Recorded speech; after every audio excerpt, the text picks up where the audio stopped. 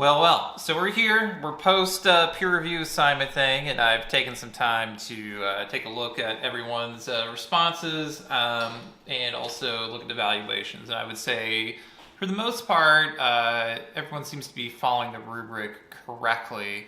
But as I was looking through, some people are more grumbly than others, I think is a good way of putting that. And they're upset about the grade. They want to know why. Like, oh, my peers don't understand this assignment, Professor Powell. Or, I was graded unfairly. Take a look. And so I've had a number of people who've done that and also looked at, the stuff. And I know that some people are surprised that this grade matters, even though it clearly says so in the syllabus that this grade matters and this is the way it works. Some people didn't think it mattered.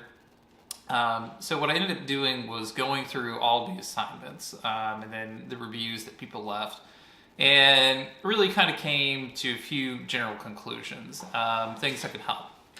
So let's start off with the first kind of component here, right? Is that looking through, it is clear that there are some people who wait until the absolute last minute to do this, and that is true given the amount of emails that I had the night before it was due.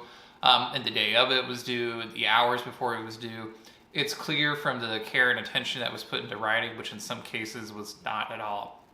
And so the first question I'm going to ask you, if you're one of those people who is upset with their grade, if you're being honest with yourself, right, how much time did you spend on this assignment, right? Did you spend any time more than what it took to write up the first draft?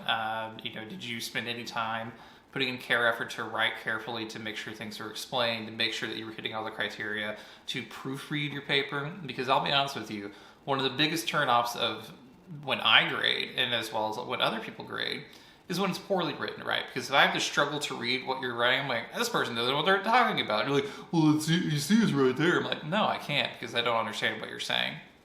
First thing I will recommend is proofread your paper so that people understand what you're talking about, what you're trying to say, because evaluators cannot do the work for you, right? If something is not clear, it is that I'm not going to look at the defined way to give you points because it needs to be clear. I cannot, and the evaluators cannot do the work for you.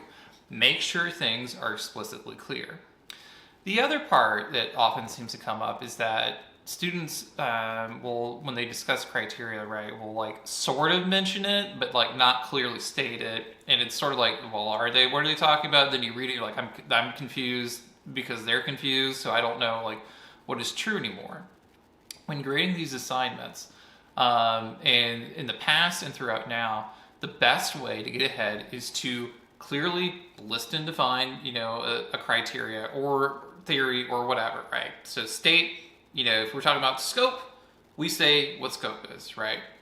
It is really important to define what scope is, right? So scope is blank. So in this, we have scope is what we're talking about. This is what scope is.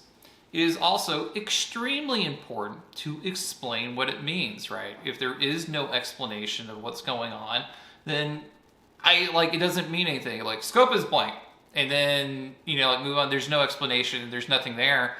And as something that's getting into place, it's confusing because it's just well, this person doesn't know because they can't even explain what it is or they didn't list it. The other part is that because if it's all ethereal, it's up in the air, because there's no specifics or there's no explanation, there's no detail, again, further assume you don't know what you're talking about. It seems blah, blah, blah, I just typed in something, give me my points, please, right? That doesn't work that way either. So what papers do well, they clearly define everything, they state what it is, they define it, they explain what's going on, and it's written in such a way that is not confusing or hard to read, right? This kind of assignment is not submit and you get, it's participation. It's not, you're graded by it.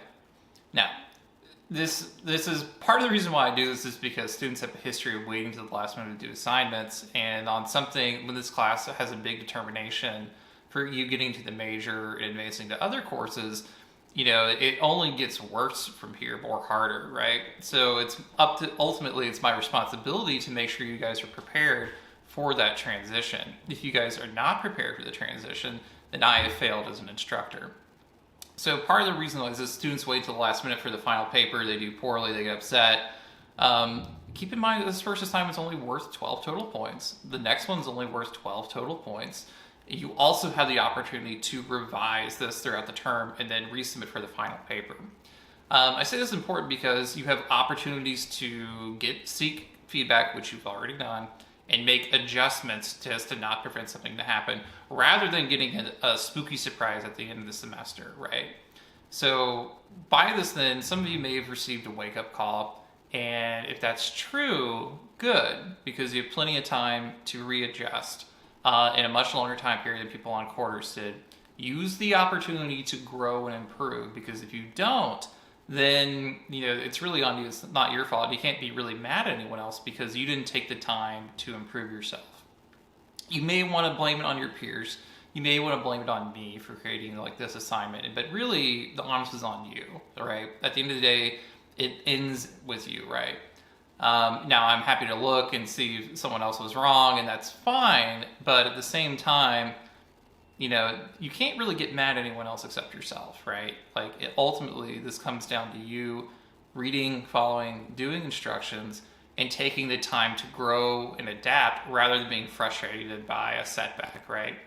Setbacks are a common part of life, right? I've faced many setbacks, and if personal growth occurs when you're able to see a setback, take it as a learning opportunity and grow and improve. If you're the kind of person who doesn't do that, who does not see a misstep or a mistake or something like that, doesn't grow and improve and blames on other people, you do not grow as a person. Part of higher education and any kind of professional development is to learn and grow as people, to become better than our past selves, better than our family, our peers. So we're always constantly growing and improving. That should be the growth mindset that you have. All of you are in higher education to improve yourselves, right? And it's not high school, it's not the same thing. So use this opportunity to really invest in yourself and grow and change, right? Because there are going to be times where it stings and it hurts. And you know what? Change happens when you get uncomfortable, right? If you're willing to let it happen. Don't be the person that does not grow and change because you're scared of feedback, because you're unwilling to change, or because you're not willing to seek out help. Use this opportunity that if you think you could improve some areas, you want to consult with me, do it. If that means you need to study a little bit more and change your study patterns, do it. If that means that you have to go to a writing lab or something, do it. If that means you have to limit your video game playing time so you make more time to do this, do it, right? If you want something, you will make it happen, and if you don't, you'll let it pass by. So, again, use this opportunity as a growing opportunity to grow and change. Know that this first assignment is not a huge deal for the start of the term, but use it as a little to get ready for the rest of the semester. So, with that said, I'll see you guys next time.